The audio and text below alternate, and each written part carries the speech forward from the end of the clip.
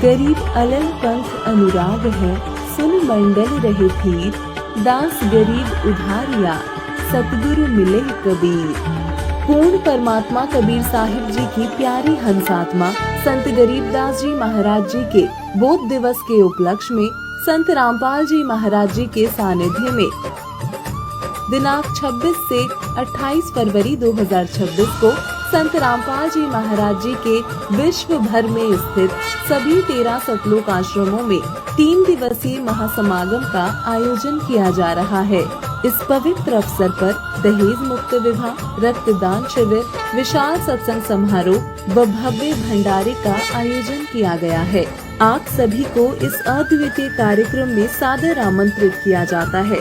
आपसे विनम्र निवेदन है कि अपने परिवार सहित इस कार्यक्रम में पधार कर इस आयोजन की शोभा बढ़ाएं और जगत गुरु तत्वदर्शी संत रामपाल जी महाराज जी के सानिध्य में होने वाले इस विशाल सत्संग व अमृतमय भंडारे का आनंद ले। इस भव्य कार्यक्रम का आयोजन सभी सतलोक आश्रमों में किया जाएगा।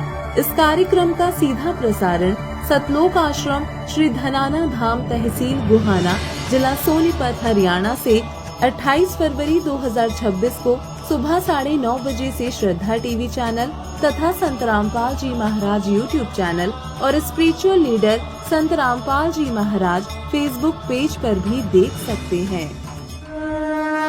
संत रामपाल जी महाराज एक ऐसे महान संत जिन्होंने अपनी सतभक्ति, तत्व ज्ञान, करुणा और सेवा के बल पर समाज में नई मिसाल कायम की है। संत रामपाल जी महाराज की अगुवाई में उनके सभी सतलोक आश्रमों से समाज कल्याण के अद्भुत कार्यों ने समाज को सुनहरे भविष्य की एक नई उम्मीद दिखाई है। संत रामपाल जी महाराज से नाम दीक्षा लेने के बाद लाखों लोगों की लाइलाज बीमारियां जैसे कैंसर, एड्स आदि ठीक हुई। संत जी के ज्ञान से प्रेरित होकर उनके अनुयायियों ने लाखों यूनिट रक्तदान किया। संत जी ने लाखों बहन बेटियों का दहेज मुक्त विवाह करवाया।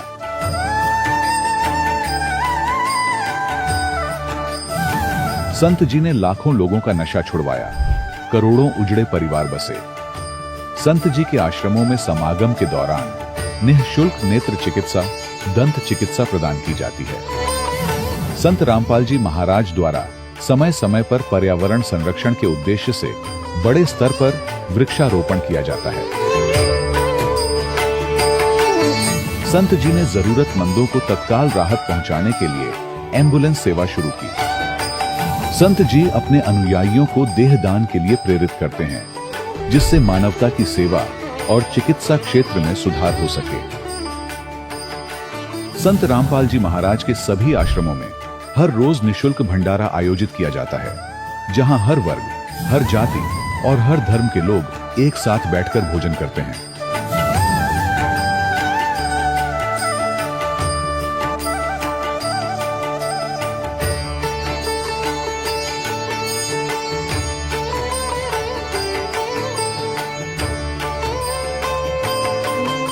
संत रामपाल जी महाराज की अन्नपूर्णा मुहिम ने गरीब और बेसहारा लोगों के जीवन में एक नई ऊर्जा और उम्मीद को जन्म दिया है।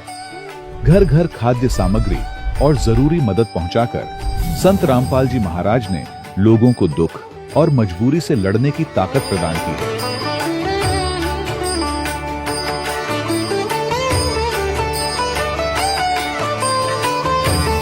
संत रामपाल जी महाराज द्वारा गरीब लोगों के लिए घर बनवाने का अद्भुत कार्य एक ऐसी मिसाल कायम कर रहा है जो सदियों सदियों संत जी की उदारता और दया भावना के तौर पर जाना जाएगा।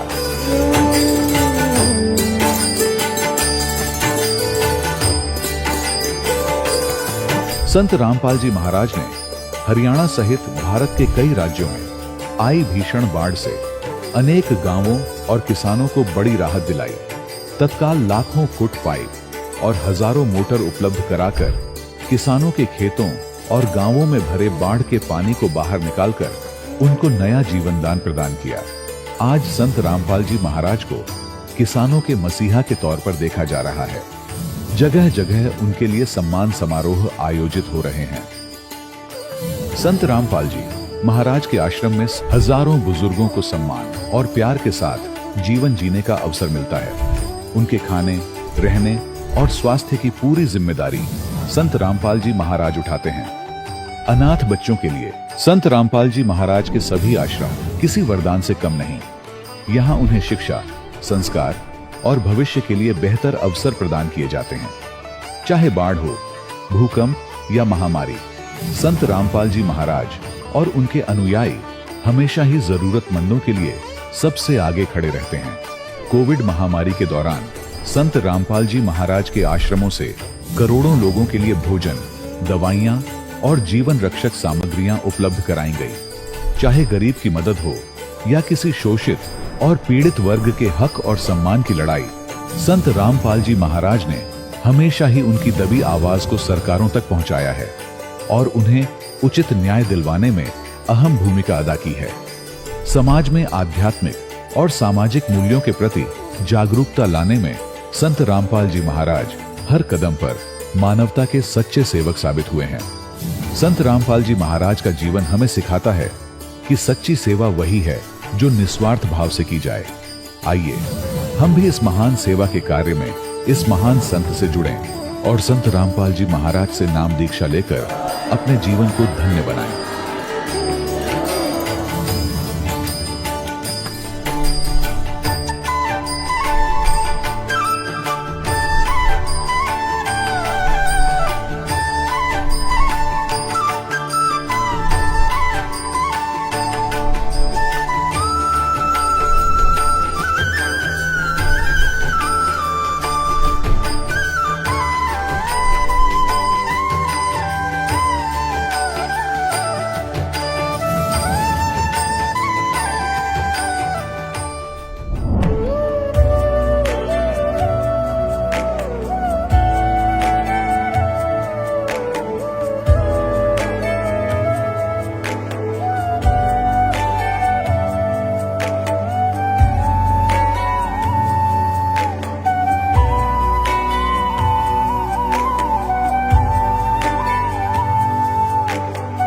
पूर्ण परमात्मा पाप कर्म दंड को भी काट सकता है।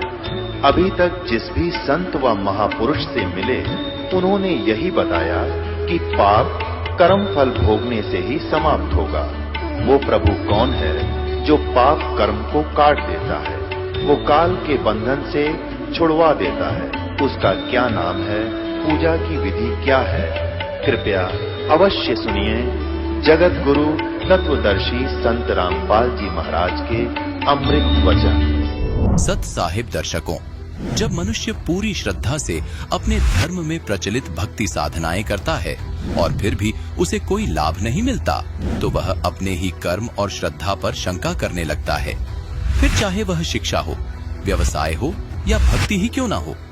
दर्शकों, कुछ ऐसी ही कहानी थी राजस्थान के रहने वाले नाथूलाल जी की। नाथूलाल जी ने बचपन से ही हिंदू धर्म में प्रचलित सभी प्रकार की साधनाएं की, पूजा पाठ, व्रत उपवास, मंत्र जाप और मंदिरों में दर्शन। लेकिन इसके बावजूद भी परेशानियां और बीमारियां इनका पीछा नहीं छोड़ रही थीं। लेकिन फिर इनके जीवन में एक ऐसा मोड़ आया जब इन्होंने संत रामपाल जी महाराज से नाम दीक्षा ली। दर्शकों, आज नाथूलाल जी का कहना है कि जब से मुझे संत रामपाल जी महाराज की शरण मिली है, तब से मेरा जीवन पूरी तरह से बदल चुका है।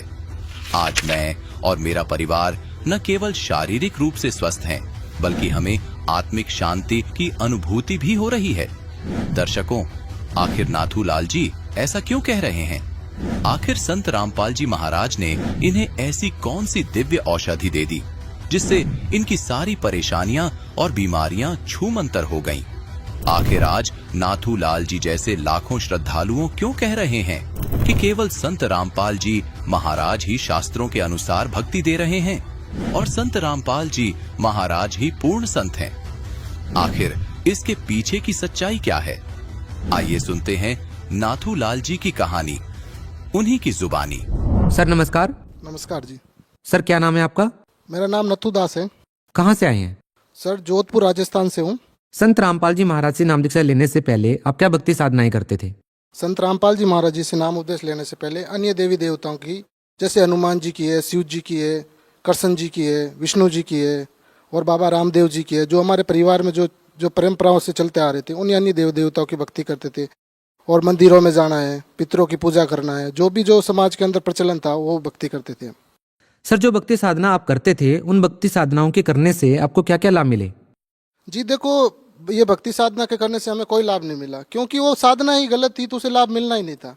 भाई अगर उल्टा चलेंगे तो उसे लाभ मिलना ही नहीं है। तो वो परमात्मा बताते हैं, जैसे संत रामपाल जी महाराज जी बताते हैं अपने सत्संग प्रवचनों में, कि वो साधना ही गलत है। जैसे परमात्मा ने बताते हैं सत्संगों में कि 3 देव की जो करते भक्ति, उनकी कबू ना होती मुक्ति। तो इन 3 देवताओं के अलावा भी हम तो अन्य देवी देवताओं की भक्ति करते, तो उसे लाभ मिलना ही नहीं, उल्टा नुकसान ही होना, लाभ कैसे मिलेगा।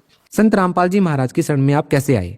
जी, हमारे गांव से एक मांगी दास नाम से भगत हैं, उन्होंने पहले नाम उपदेश ले रखा था, और हमारे परिवार से भी है, रिलेटिव में हमारे भाई भी लगते हैं। तो वो हमें बार बार जब गुरुजियों के बारे में आते तो बताते थे कि हम परम संत से नाम ले रखा, लेकिन ऐसे नहीं बताते थे कि संत रामपाल जी महाराज जी मतलब शास्त्र अनुसार साधना बताते। वो जब भी आते थे हमारे घर ही रुकते, क्योंकि हम पहले से नशे पत्ते के आदि नहीं थे, तो हमारे घर पे रुकते और भंडारा करते। जब भी रुकते तो यही बताते थे, गुरुजियों का नाम लेके बताते थे कि रामपाल जी महाराज जी हमारे गुरु हैं और ये अच्छी साधना बताते, लेकिन ये नहीं बताते थे कि शास्त्र अनुसार साधना। धीरे धीरे वो आते थे, मालिक की दया थी, हमारे भी कोई पाप कर्म थे पहले, तुम नहीं आ पाए परमात्मा की शरण में। धीरे धीरे वो आते रहे, तो उन्होंने बोला जी आज परमात्मा की सत्संग है, आप चल रहे हो क्या? और इधर से हम इंश्योरेंस की एक एजेंसी ले रखी थी, उसमें काम कर रहा था दास। तो सोचा भाई वहाँ से भी कोई फ़ोन आ रखा चंडीगढ़ से, तो सोचा वो काम कर लेंगे और सत्संग भी सुन लेंगे परमात्मा के, चलो देखते हैं, और देख के ताते हैं कैसे। तो फिर निकले थे हम यहाँ जोधपुर से बस में बैठ के। संत रामपाल जी महाराज जी के आश्रम में जाते ही हमें ऐसा अनुभव हुआ, मतलब कि पहले कई मंदिरों में गए होंगे, कई जगह गए होंगे, ऐसे कोई मंदिर नहीं छोड़ा। हम वैष्णो देवी के भी जाके आया था दास पहले, सब जगह ऐसी कोई देवी देवता का मंदिर नहीं छोड़ा जहाँ पे हम नहीं जाके आए थे। लेकिन कब मतलब वहाँ जाती है ना, ऐसा गलत ही अनुभव होता था या अन्य विचारधारा रहती थी। और संत रामपाल जी महाराज जी के आश्रम में हम घुसे भी नहीं थे, बाहर से भी ऐसा अनुभव हुआ कि वाकई में पूर्ण परमात्मा है, वो इधर ही विराजमान है, ऐसा अनुभव हुआ। संत रामपाल जी महाराज से नाम दीक्षा लेने के बाद आपको क्या क्या लाभ मिले? देखो जी, संत रामपाल जी महाराज जी से नाम उपदेश लेने के बाद इतने लाभ मिले। पहला लाभ तो ये कि हमारा मनुष्य जीवन है वो सफल हो गया। जैसे परमात्मा बताते हैं कि भक्ति के बगैर राजा है वो भक्ति नहीं करेगा, अगला जन्म उसको गद्दे का होगा। और जो राजाओं की रानी है, जो महलों में रहती है, अच्छे कपड़े पहनती है, काजू किशमिश के हलवे खाती है, ठीक है ना, तो वो भक्ति नहीं करेंगे ना, तो भक्ति नहीं करे, अगला जन्म कुतिया का होगा। और एक मतलब टूक के लिए सरायों के बाहर सराय करेगी और एक टूक के लिए तरसेगी। और जो सराय में रुके यात्री है वो एक टूक फेंकेंगे जो मतलब कि भरा हुआ होगा इस मिट्टी से, कंकड़ लगे हुए, वो भी खाने को तरसेगी। एक भक्ति के कारण परमात्मा कहते हैं ऐसी दुर्गति होती है। तो परमात्मा ने इतने लाभ दिए जी। देखो पहले दास ये पढ़ता था 8वीं क्लास में, तब एक संत के रूप में मतलब जिंदा महात्मा के रूप में परमात्मा आए थे, इस दास को मिले थे और बोला था बेटा, उस समय दास ये रामदेव जी की भक्ति करता था और मंदिर में पूजा करता था। मतलब मंदिर में रोज अगरबत्ती करना मेरा नित्य नियम था, रोज जाना था सुबह शाम, और गढ़ टंका बजाना, घंटोरा बजाना, ठीक है। तो परमात्मा आए थे, बोले थे बेटा तू एक ऐसे अन्य भक्ति करेगा जो सबसे अलग होगी। तो ये दास सोचता था अन्य भक्ति क्या, अभी रामदेव जी की नहीं होगी और किसी देवता की हो सकती है, ये सोचता रहता बार बार। लेकिन वो मुझे दिमाग में नहीं आया कि अन्य भक्ति ये है परमात्मा की। अब पता चला संत रामपाल जी महाराज की शरण में आने के बाद ये पता चला कि अन्य भक्ति ये है। बाकी तो पहले नकली भक्ति करते थे हम, वाकई में पूरी नकली थी जी, उससे कोई फायदा नहीं होना।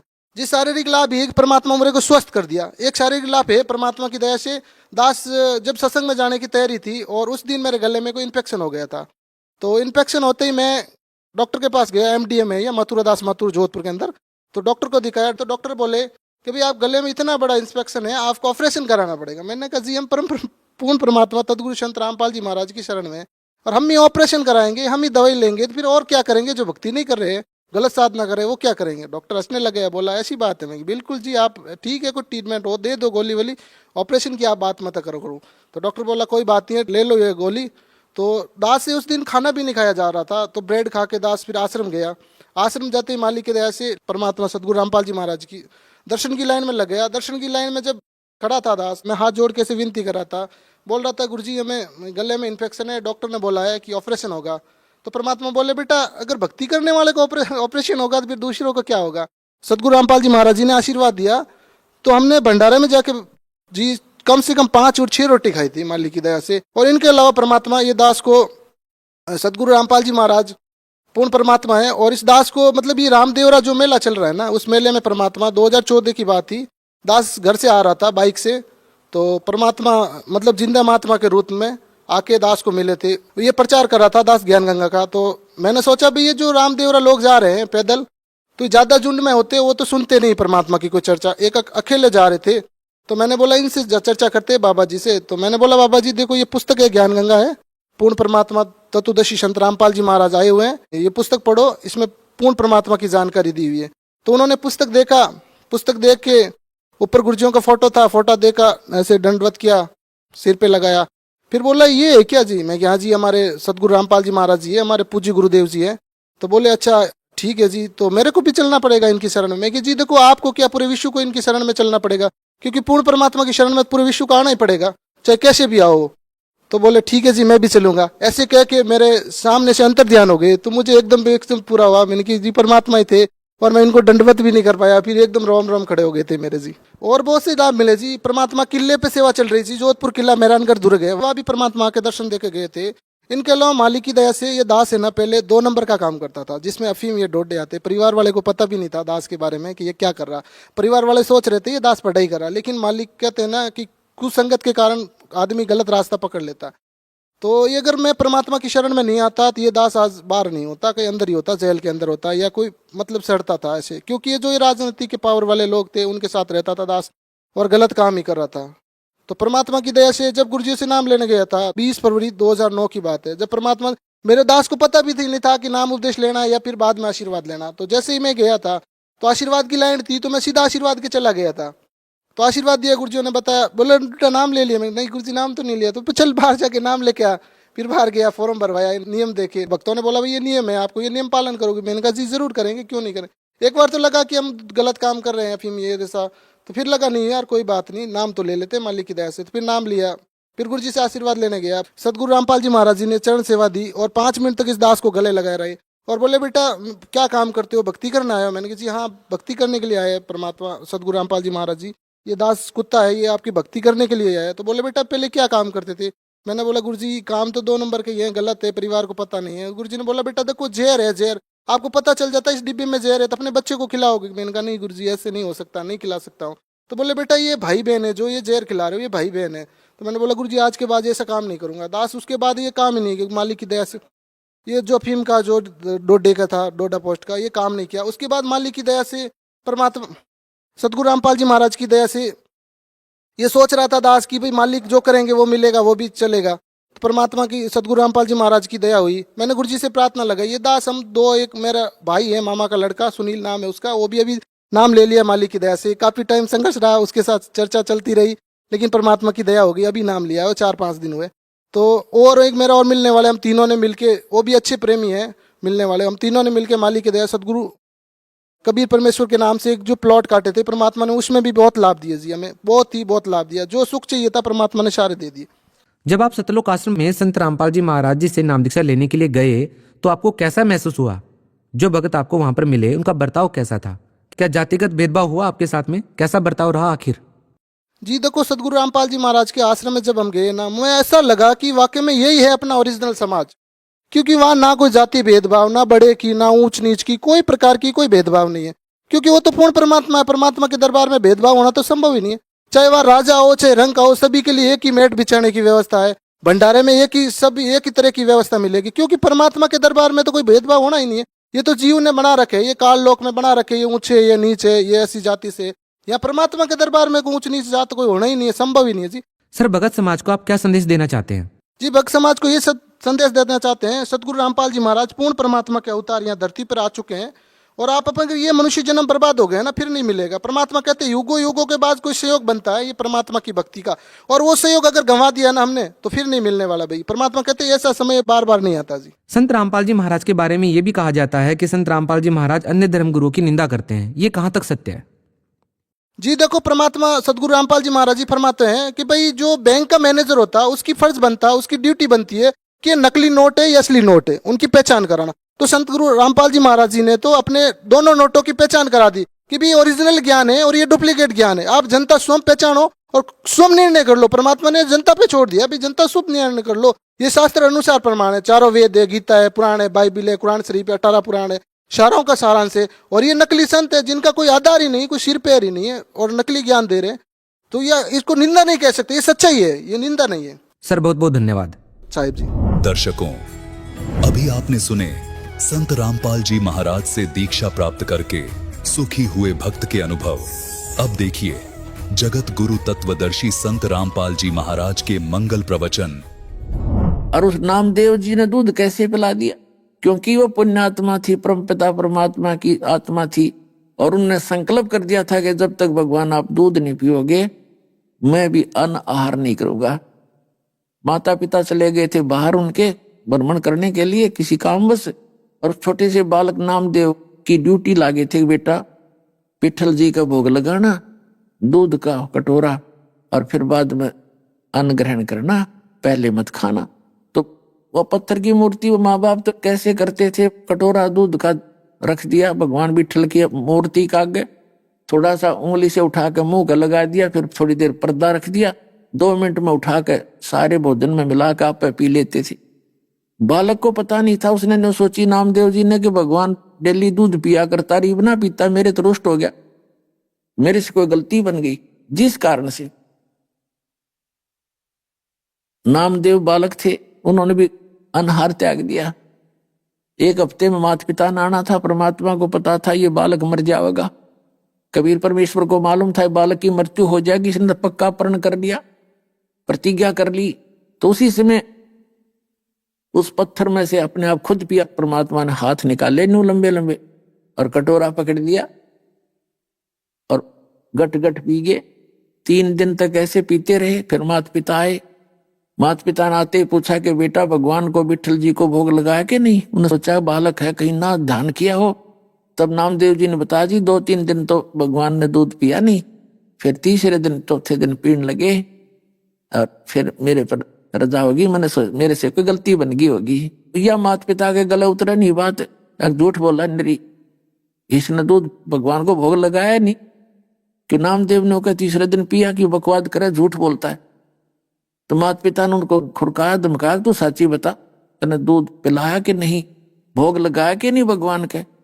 नामदेव कहने लगे हाँ जी ऐसे ही था। तो उनका जच्चा नहीं, क्योंकि वो तो वैसे फॉर्मेलिटी किया करते थे।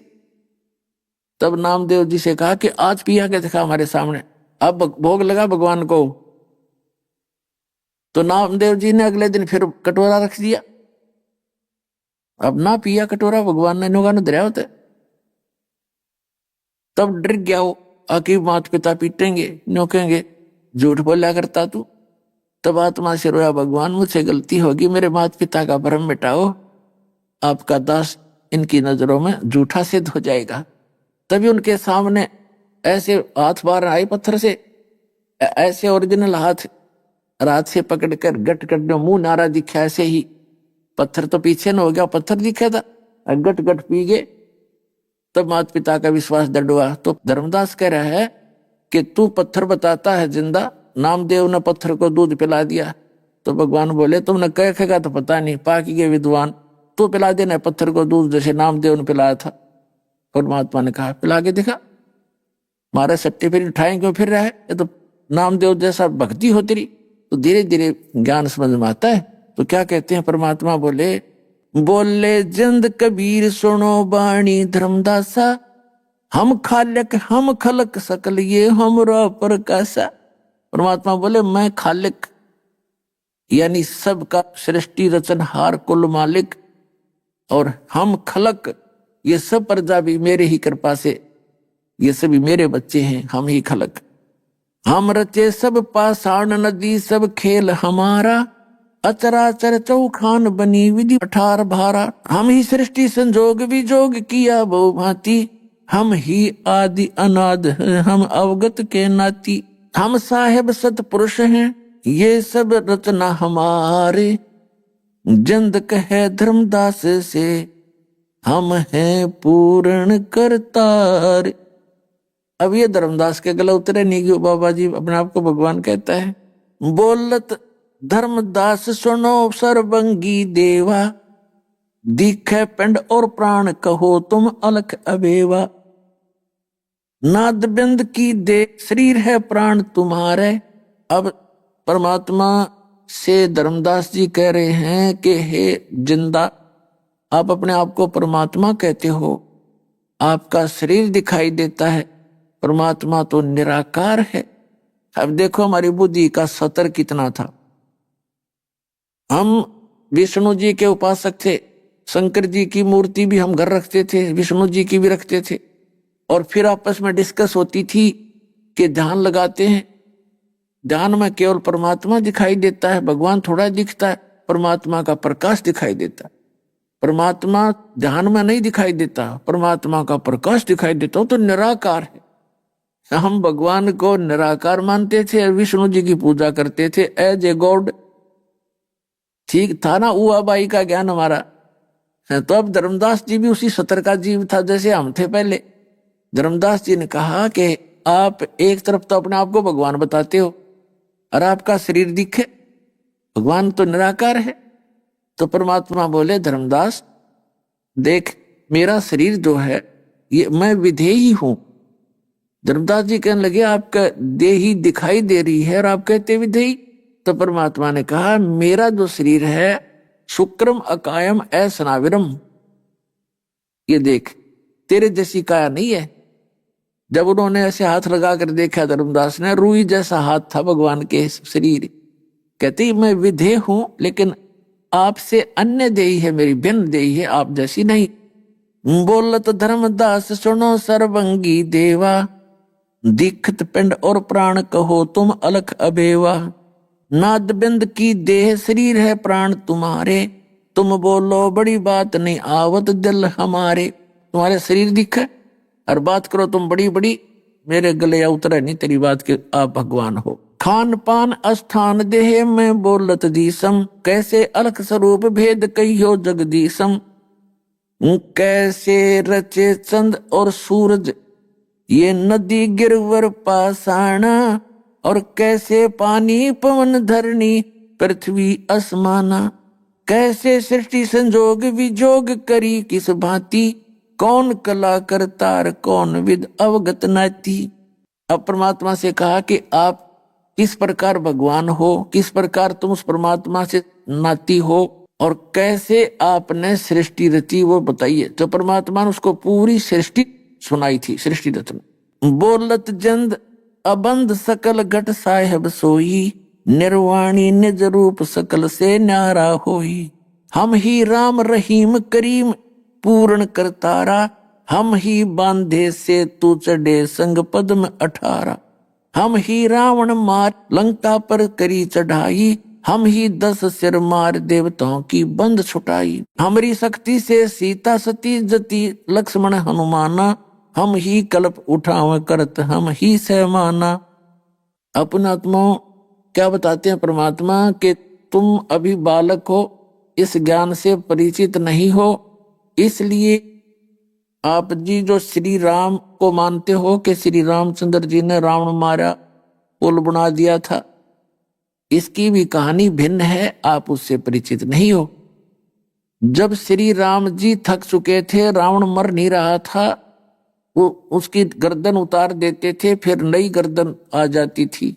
विभीषण ने बता भी दिया था कि इसकी नाभि के अंदर अमृत है, जब तक नाभि डिस्टर्ब नहीं होएगी तब तक यो मरेगा नहीं। ते शुरुआत बता दी थी, लक्ष्मण ने सारा वेद बता दिया था। जब के न्यारा जब कति थक लिया था, श्री राम भी महसूस कर चुका था कि ये तो मरना मुश्किल है, तब ये भी एक जीव है और प्रार्थना की अंदर से आत्मा रोई, आत्मा का साथी है परमात्मा। तब मालिक ने कहते हमने ही फिर वो अपनी शक्ति से उसका रावण की नाभि में तीर मारा। जब वो मरा ना तो कितने दिन से लग रहा था राम उसको मारने के लिए, जब ना मरा फिर परमात्मा ने सुनाया कि सुन ले, एक तुझे वो कथा सुनाता हूं कि पुल किसने बनवाया था। धर्मदास जी बता रहे थे कि भगवान श्री राम ने समुद्र पर पुल बनाकर लंका पर चढ़ाई करी थी युद्ध करने के लिए, धावा बोला था। तो परमात्मा ने कहा कि तुम ये भी कहते हो कि हनुमान जी ने पत्थरों पर राम का नाम लिख दिया इसलिए पत्थर तिरे। फिर आप ये भी कहते हो कि नल और नील ने उनके हाथों में शक्ति थी, उनके हाथों से पत्थर नहीं डूबते थे, जिस कारण से पुल बना। है कोई सिर पैर तुम्हारी इस राम कहानी का? ये दास बताएगा भगवान की लीला, वो पुल कैसे बना था। जैसा कि भगवान खुद कहते हैं, चारों युग में मेरे संत पुकारे कूक कहा हम हेल रे, हीरे माणक मोती बरसे ये जग सुगता ढेल रे। परमात्मा बताते हैं, सतयुग में सत सुकृत कह टेरा, त्रेता नाम मुनिंदर मेरा, द्वापर में करुणा में कहाया, कलयुग नाम कबीर धराया। तो चारों युगों में परमात्मा आते हैं। सतयुग में उनका नाम रहता है सत सुकृत, और त्रेता में वो मुनिंदर ऋषि नाम धर कर आते हैं, और द्वापर में करुणा में और कलयुग में कबीर नाम से वो सुप्रसिद्ध होते हैं। तो एक समय की बात है जब परमात्मा कबीर जी यानी पूर्ण ब्रह्म मुनिंदर ऋषि के रूप में प्रकट थे, उसमें ये नल और नील दोनों मौसेरे भाई थे। इनकी मां सगी बहन थी और ये दोनों मेंटली डिस्टर्ब थे, तीन ताप से और प्रारब्ध के कष्ट से ये दुखी थे। इन्होंने शब्द ऋषि महर्षियों से दीक्षा उपासना लेकर जो साधना उन्होंने बताई वो करके देख ली थी, उनको कोई भी राहत प्राप्त नहीं हुई थी। और सभी ऋषि महर्षियों ने ये कह दिया था ज्योतिषियों ने कि बेटा ये तुम्हारे प्रारब्ध का दुख है, तुम्हें भोगना ही पड़ेगा, आजीवन ऐसे ही रहना पड़ेगा, इसका कोई विकल्प नहीं। लेकिन ये आत्मा नहीं टिक सकती, क्योंकि इसको मालूम है कि परमात्मा एक अजब शक्ति है, वो दुखी को सुखी किया करता है, फिर भी वो भटकते ही रहते हैं। इसी दृष्टिकोण से जब परमात्मा मुनिंदर नाम से आए हुए थे ऋषि रूप में, वो पहले ऋषि लोग दरियाओं के किनारे सत्संग किया करते थे, प्रवचन किया करते थे, ज्ञान सुनाया करते थे, और वहां छोटी मोटी झोंपड़ी आश्रम बनाकर रहा करते थे। इसी प्रकार परमात्मा खुद मालिक रहा करते थे, मुनिंदर ऋषि के रूप में एक आश्रम बना रखा था।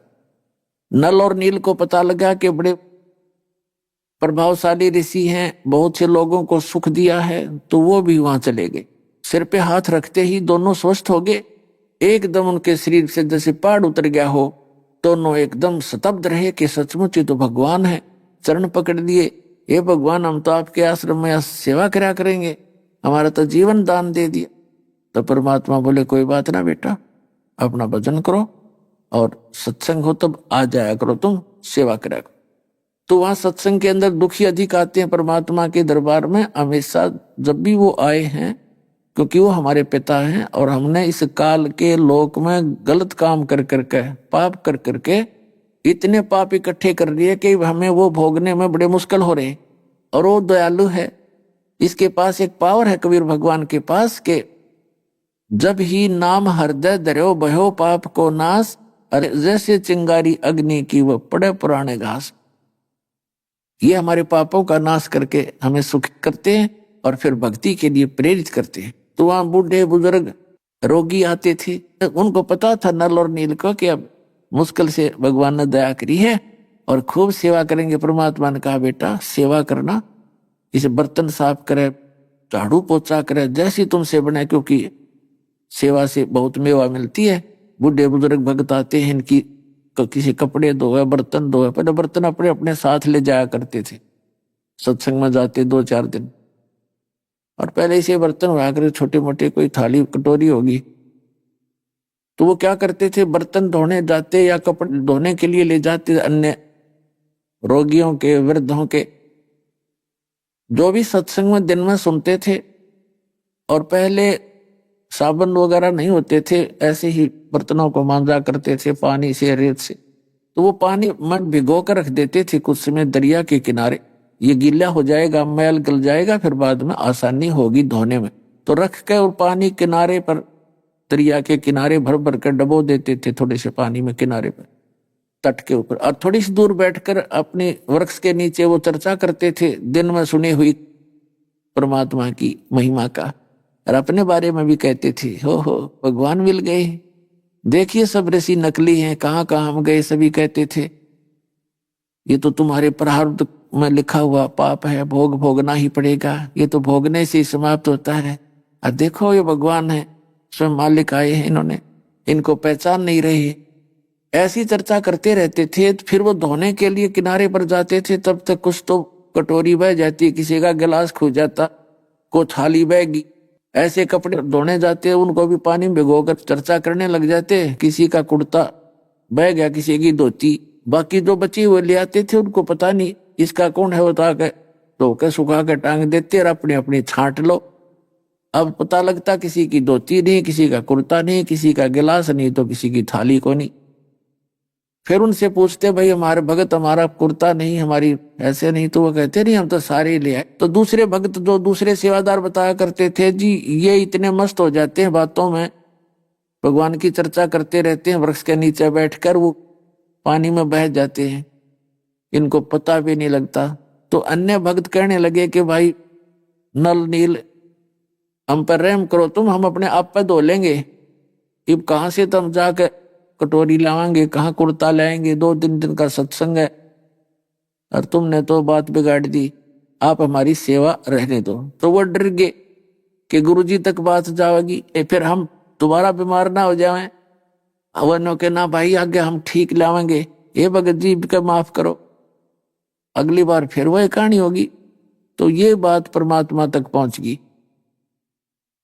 परमेश्वर मुनिंदर रूप में विराजमान कबीर परमेश्वर के पास पहुंच गई।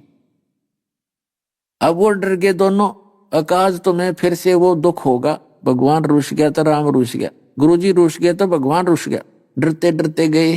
परमात्मा बोले भाई नल नील तुम्हारा उद्देश्य तो बेटा अच्छा है, पर ये तुम्हारे बस की बात नहीं, आप ये सेवा मत करो, और कोई कर लो बेटा, इधर बहुत सी झाड़ू लगा लो कि तो वो 100 काम है, ये कर लो, रोटी बनवा लो।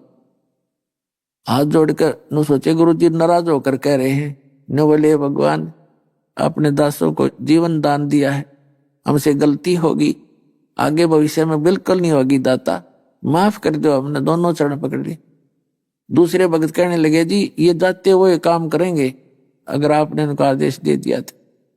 परमात्मा बोले भाई ठीक आदेश तो मैं दे दूंगा क्योंकि इनकी डिमांड है, इच्छा हार्दिक है, पर आज से बेटा तुम्हारे हाथ से कोई वस्तु नहीं डूबेगी पानी में, से पत्थर भी धर दियो जल के ऊपर, स्टील की भी नहीं डूबेगी, कांस्य की भी नहीं डूबेगी, और जाओ कर लो सेवा। उसके बाद परमात्मा के आशीर्वाद से नल और नील के हाथों से कोई भी वस्तु जल में नहीं डूबी थी। जहां भी उन्होंने वस्त्रों को भिगो कर जल में डबो दिया तो वहीं रह गए, वो ना ऊपर हो सकते ना नीचे जावे। ऐसे ही कांसी के बेले होते थे थाली, वो तो पानी में गिरते डूबा करें, उनको पानी से भरकर दरिया के ऊपर भी रख देते ना, भरे पानी से वो नो रहते थे। और जहां पानी में भिगो कर रख दिए डबो दिए नीचे तो वहीं रहते थे, आगे पीछे नहीं होते थे एक सूत भी। जब वो चाहते तभी उन्हीं के हाथ से बाहर आते थे। औरों ने कोशिश कर ली निकालने की, अन्य दूसरों ने झटके दे देकर वो वहां से हलते नहीं थे। इतनी जबरदस्त पावर उनके हाथों भगवान कबीर साहिब की कृपा से हो गई थी। अब ये समुद्र पुल की जो बात है कि जब धर्मदास जी को परमात्मा बता रहे हैं कि जिस समय श्री रामचंद्र जी पुल बनाने की तैयारी करने लगे, उन्होंने 3 दिन तक समुद्र के अंदर खड़ा होकर और समंदर से प्रार्थना की थी मुझे रास्ता दे दो, और रास्ता नहीं दिया था। हाँ जी, धर्मदास जी ने यह कथा तो सुने रखी थी सारी। तो उस समय भगवान आपके श्री रामचंद्र जी ने कहा था लक्ष्मण से कि मेरा अग्नि बाण दे लक्ष्मण, ये लातों के भूत बातों से नहीं मानते, इस समंदर को जला दूंगा मैं अभी। जो ही श्री रामचंद्र जी ने अग्नि बाण छोड़ना चाहा, उसके छोड़ने से क्या होता, समुद्र पूरा जल जाता, पूरा समुद्र नष्ट हो जाता जल के। तब समुद्र आया विपर रूप बना के, ब्राह्मण का रूप बना के, और कहा से भगवान आप ये जुल्म ना करो, आप तो पाप के भागी होगे, इसमें जीव जंतुओं का अंत नहीं कितने हैं, और पृथ्वी डामाडोल हो जाएगी। तो यदि समुद्र को आप सोख दोगे तीर से तो ये खड्डा बन जाएगा, इतना गहरा खाई था फिर भी नहीं जा सकते वहां पर। ये ऐसा काम करो सर्प भी मर जावे, लाठी भी ना टूटे। तब श्री रामचंद्र जी ने पूछा कि वो कौन सी विधि है वो बता फिर। अब ये नल नील और भी वहीं पहुंच रहे थे लाठी ले ले। कहते हैं आपकी सेना में नल और नील नाम के 2 सैनिक हैं, भक्त हैं, और उनके हाथों में ऐसी शक्ति है कि वो पत्थर भी रख देंगे ना मेरे ऊपर, वो जल में डूबेंगे नहीं। तो नल नील की आवाज लगाई, नल नील दोनों चलकर आगे। तब श्री रामचंद्र जी ने कहा कि भाई कोई ऐसी तुम्हारे पास पावर शक्ति है? कहाँ जी?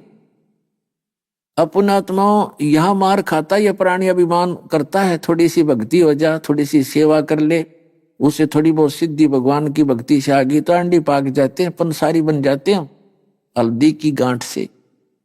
तो ये मार खाते हैं प्राणी, कभी भूल का भी कोई सिद्धि दिखाना नहीं, और हो जाए तो कहना कि नहीं हमारे बस की बात नहीं। क्योंकि आपकी भक्ति से आपके अंदर ऐसी भक्ति शक्ति हो जाएगी, आप किसी को कहोगे भला होगा, उसका भला हो जाएगा, आपको हानि होगी। किसी का बुरा सोचोगे, उसका बुरा हो जाएगा, लेकिन आपको नुकसान भी होगा, आपकी भक्ति खत्म होगी। तो नल नील ने सोची आज तारीख खूब नंबर बन गए, हनुमान भी फेल, अंगद भी फेल, आज तो सारे अरे तुम्हारी वाह वाह हो जाएगी। तो श्री रामचंद्र जी ने कहा भी एक ट्रायल करके दिखाओ, कोई पत्थर रखो उठा करके जल पे लाए, उठा के दोनों एक एक पत्थर रख दिया उन्होंने फटाफट, यूं रखते ही डूब गया। तो उसने भी रखा दूसरे ने, वो भी डूब गया। तब रामचंद्र जी कहने लगे जैसे विपर रूप में, ब्राह्मण रूप में खड़े समंदर से, मानो रामचंद्र जी ये कहना चाहते हैं कि झूठ बोल रहा है तो इनके हाथों में ऐसी पावर तो है ही नहीं। तब उसी समय रामचंद्र जी के बोलने से पहले ही उस विपुर रूपधारी समंदर ने कहा कि नल नील तुमने गलती कर दी, आज आपने अपना गुरुदेव याद क्यों नहीं किया। तब उन्होंने अपनी गलती महसूस हुई, क्योंकि ये जीव यहां मार खाता है कि कहीं हम भगवान ने याद करें तो ये नो ना सोच ले रामचंद्र की इनमें शक्ति कोई ना, इन्होंने तो किसी से उधारी मांगी है। इसलिए उन्होंने उस दिन परमात्मा भी याद नहीं किया। और कबीर साहब कहते हैं जैसे माता गर्भ को राख यत्न बना और ठेस लगे तो छन्न हो तेरी, ऐसे भक्ति जा कि जैसे माता को गर्भ रहा हो मुश्किल से किसी बहन बेटी को, और फिर वो उस गर्भ की कितनी चिंता रखती है, कितनी केयर टेक करती है। हे भगवान ऊंचे नीचे पर पैर ना टिक जा, मेरा बच्चा खराब ना हो जावे। रात को सोते समय भी, करवट लेते समय भी एकदम उदड़क के उठती है कि बच्चे का दाब ना लगी हो, खराब ना हो जाए। तो ऐसे परमात्मा कहते हैं कि तुम्हारे अंदर यह सतभक्ति रूपी, इस भक्ति के मंत्र से आपके अंदर भक्ति रूपी गर्भ पल रहा है। और इस भक्ति को अगर तुम थोड़ी सी भी लापरवाही कर दोगे, आपकी ऐसे भक्ति नाश हो जाएगी जैसे माता गर्भ को राखे यतन बना और ठेस लगे तो छन हो जा। अगर उसका कोई झटका लग जाए तो वो बच्चा नाश हो जाता है, पेट गर्भ। तो ऐसे भक्ति नसावे, आपकी भक्ति भी जरा सी लापरवाही से ऐसे नाश हो जाएगी जैसे नल और नील की होगी। अब ब्राह्मण रूप में खड़े थे जो समुद्र ने कहा कि अब इन्होंने अपनी भक्ति बिगाड़ दी। तब उन्होंने अपने गुरुदेव को याद किया, रोने लगे, कहते पहुंचूंगा क्षण एक में जन अपने के काज। एक क्षण में परमात्मा थोड़ी सी दूर आते नजर आए। नल्ली ने कहा कि गुरुजी आगे, गुरुजी आगे, वो आगे, वो आगे, दोनों उनके चरणों की तरफ दौड़े। तो सबका ध्यान उधर गया, परमात्मा निकट आ गए। तब श्री रामचंद्र जी ने कहा कि हे रिसीवर, आज मेरे ऊपर आपत्ति आई हुई है। सारी कहानी कथा सुनाई और मुझे लंका से पार होना है। आज मेरा दुर्भाग्य है कि आपके इन भक्तों के हाथों में भी वह शक्ति नहीं रही, मेरे दुर्भाग्य के कारण इनसे भी पत्थर नहीं तर रहे। तो परमात्मा ने कहा अब इनके हाथों से कभी कोई वस्तु तरह भी नहीं गई, इनके अंदर मन में दोष आ गया, अभिमान हो गया। तब श्री रामचंद्र जी ने कहा कि भगवान फिर हमारा क्या होगा, रजा करो, आप जब इनको शक्ति दे सकते हो अपने शिष्यों को तो हमारा भी कुछ रास्ता निकालो। तब परमात्मा ने कहा ठीक है।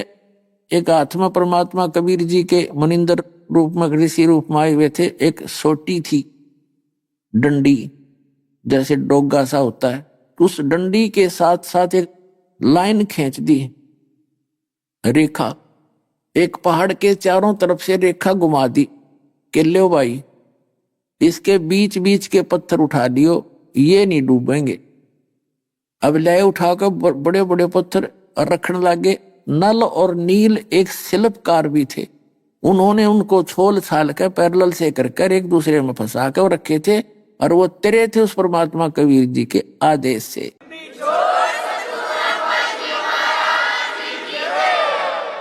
तो यहाँ परमात्मा कहते हैं हमने ही सेतु बांधा और लंका पर करी चढ़ाई है, हम ही राम रहीम करीम पूर्ण करतारा।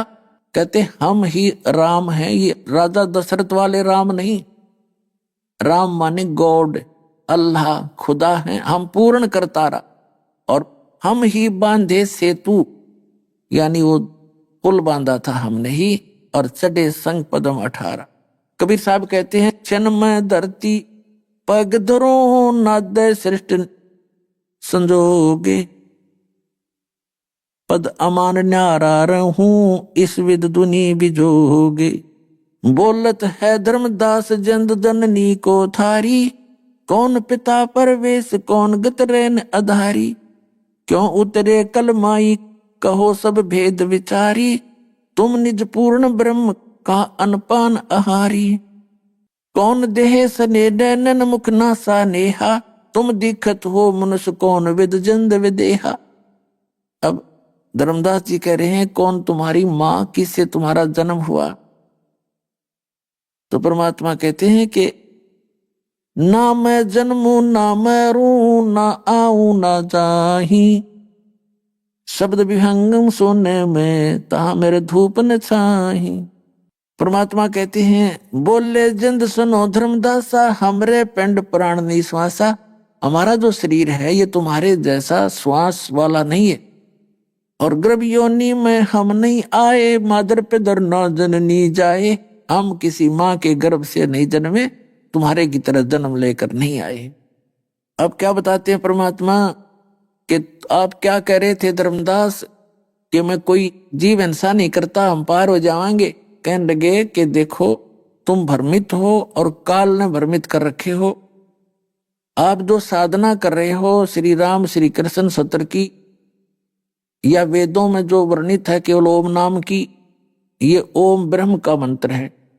और ब्रह्म पर ब्रह्म ब्रह्मा विष्णु महेश ये आपके पाप को नाश नहीं कर सकते। जैसा कर्म करोगे वैसा ही फल देंगे।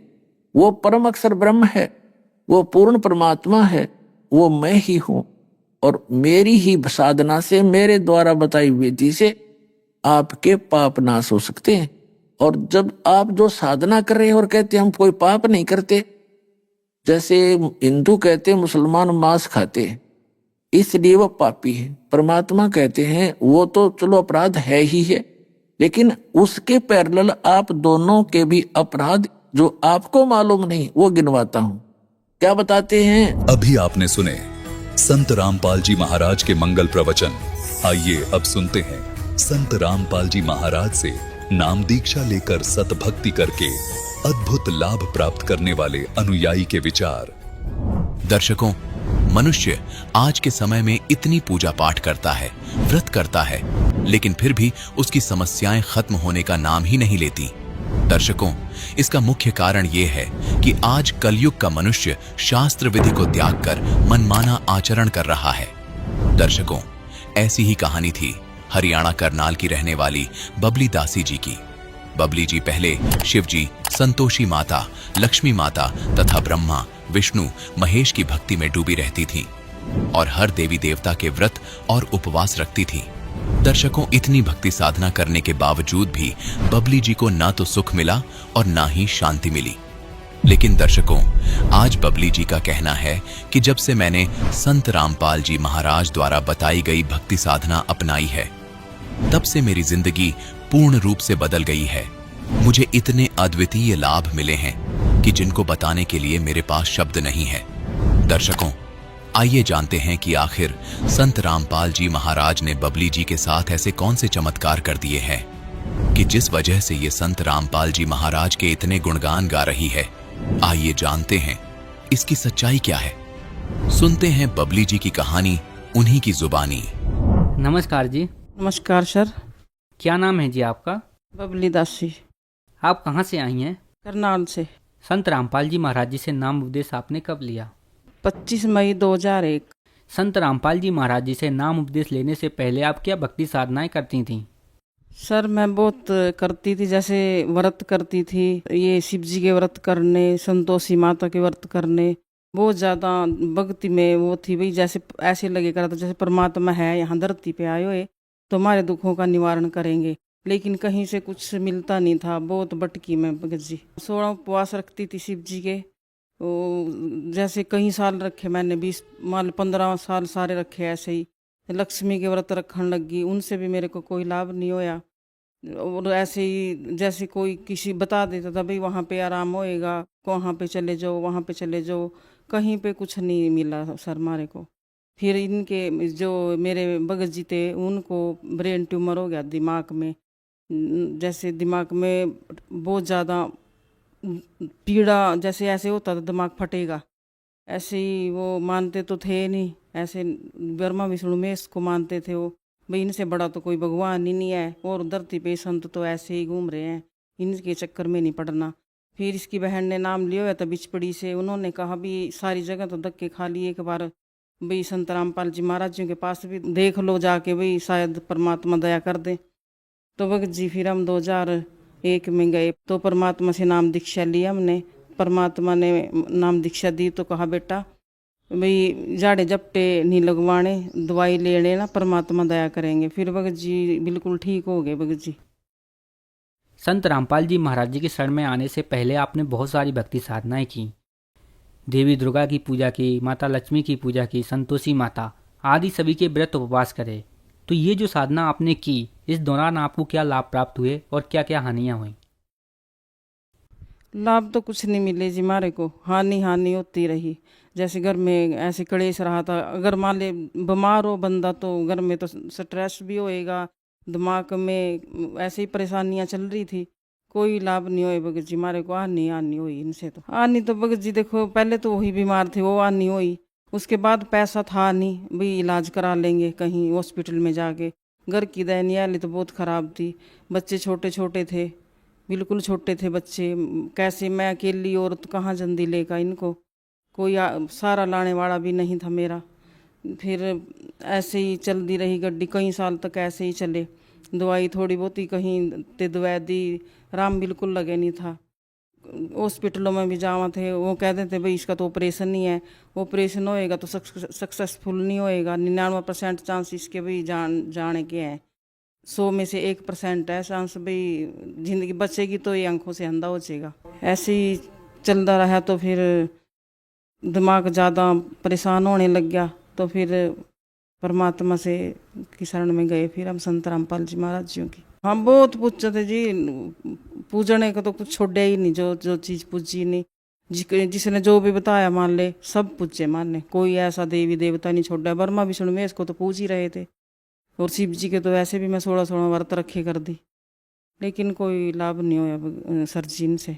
सर ऐसे ही जब कहते नहीं बंदा मरदा नहीं क्या करता, तो ऐसे ही इनकी बहन ने, इनकी सिस्टर ने नाम लिया था, मेरे हस्बैंड हैं जो, तो उन्होंने कहा भाई सारी जगह धक्के खा लिए, एक बार मेरे गुरुजियों की शरण में भी चले जाओ, देख लो ना जाके, राम लगेगा तो नाम ले लियो, ना तो ठीक है।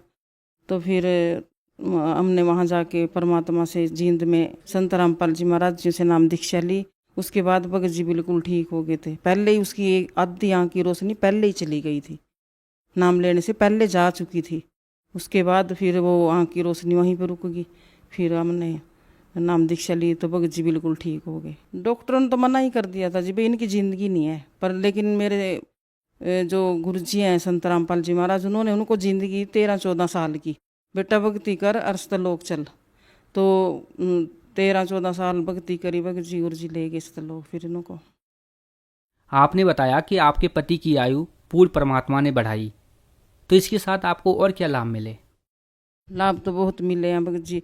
जैसे भगत जी तो चले गए, उसके बाद दयनीय हालत इतनी खराब थी, मान ले औरत अकेली घर में, बच्चे पढ़ाई कर रहे तो घर में कैसे कहाँ से आएगा, कुछ खाने ने पीने ने भी सब कुछ चाहिए। बच्चे की पढ़ाई थी, जैसे बच्चे प्राइवेट स्कूल में पढ़े कर दे मेरे, तो वो पता नहीं बस परमात्मा की रजा ऐसी थी। उन्होंने सर थे जो इनके, उन्होंने कहा भाई बच्चों को 12वीं तक पढ़ाई ऐसे फ्री कराएंगे।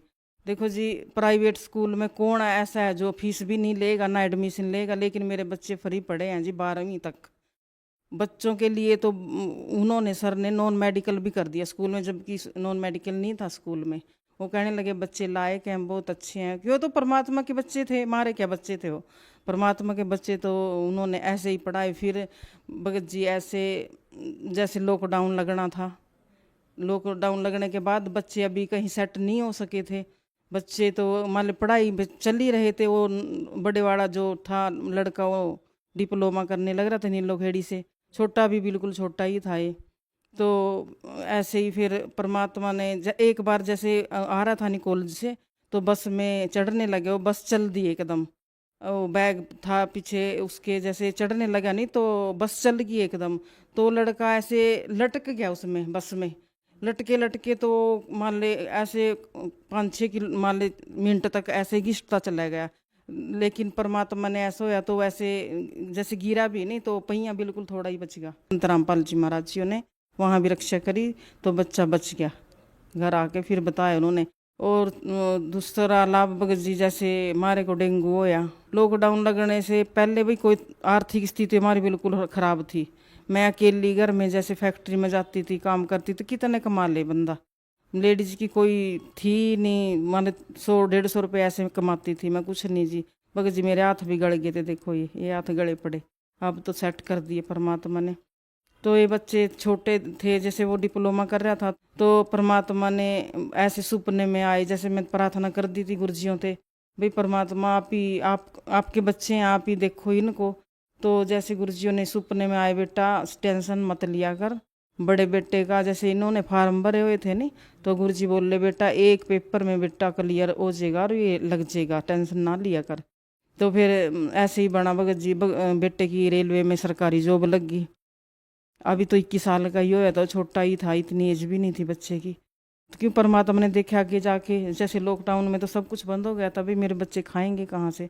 परमात्मा ने देखो इतनी बड़ी वो दे दी मारे को, बच्चे की सरकारी नौकरी लगी रेलवे में, वहीं क्वार्टर मिल गया।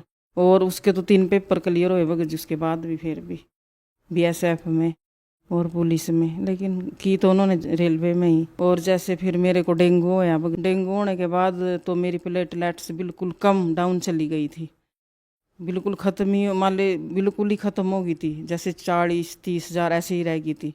तो डॉक्टरों ने कहा भाई इसकी तो भाई प्लेटलेट्स भी कम आ रही है, खून में भी इसके कम जा हो रहा, तो इसको खून ये प्लेटलेट्स चढ़ानी पड़ेंगी।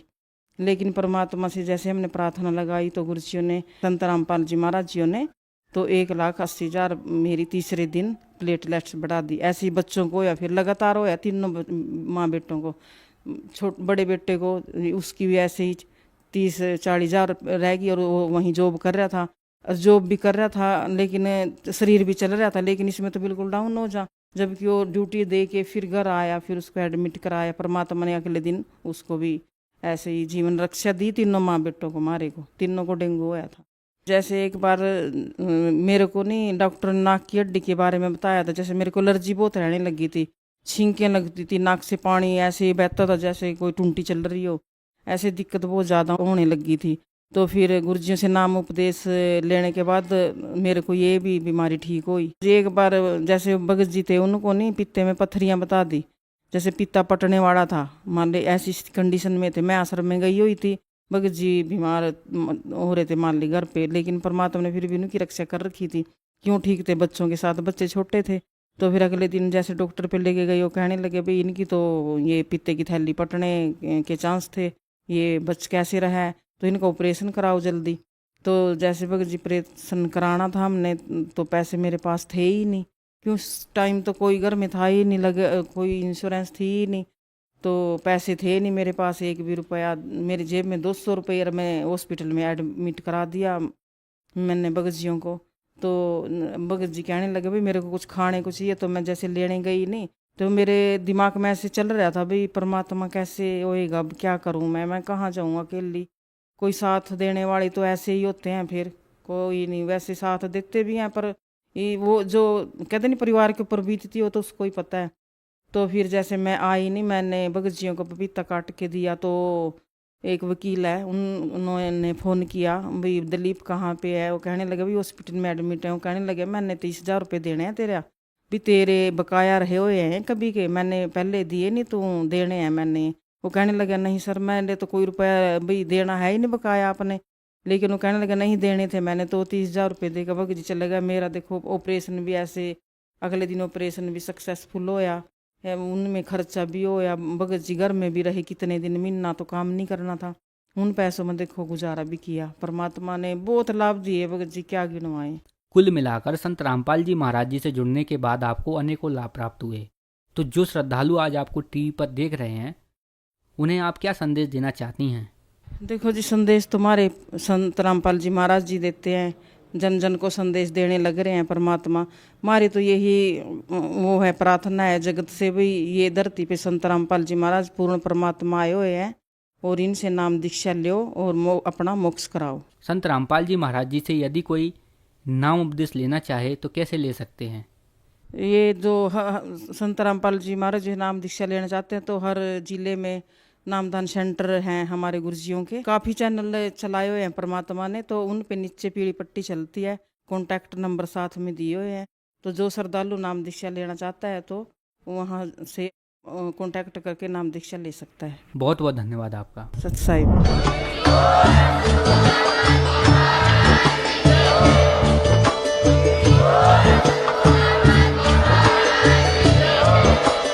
आप सुन रहे थे जगत गुरु तत्वदर्शी संत रामपाल जी महाराज जी के मंगल प्रवचन। अधिक जानकारी के लिए विजिट कीजिए हमारी वेबसाइट www.jagatgururampalji.org। संत रामपाल जी महाराज जी के शुभ आशीर्वाद से पूरे विश्व भर में 500 से भी ज्यादा नाम दीक्षा केंद्र हैं, जिन पर संत रामपाल जी महाराज जी द्वारा ऑनलाइन निशुल्क नाम दीक्षा दी जा रही है। अपने नजदीकी नाम दीक्षा केंद्र का पता करने के लिए संपर्क करें 8222880541।